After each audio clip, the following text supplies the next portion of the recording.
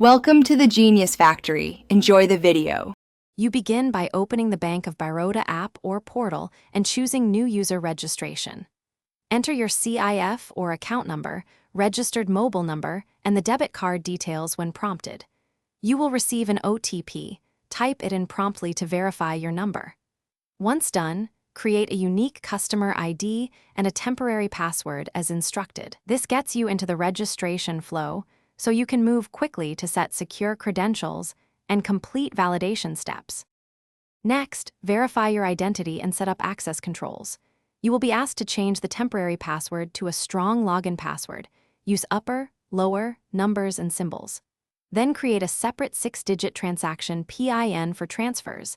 This PIN protects money movement. Complete any KYC prompts such as nominee or address confirmation, and register your device so future logins are smoother.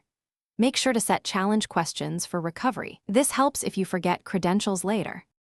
Finally, activate your net banking and verify end-to-end functionality.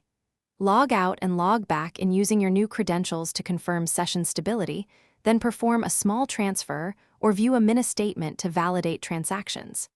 If something fails, first clear the app cache or browser cookies and retry OTP. Make sure the registered mobile and SIM are active.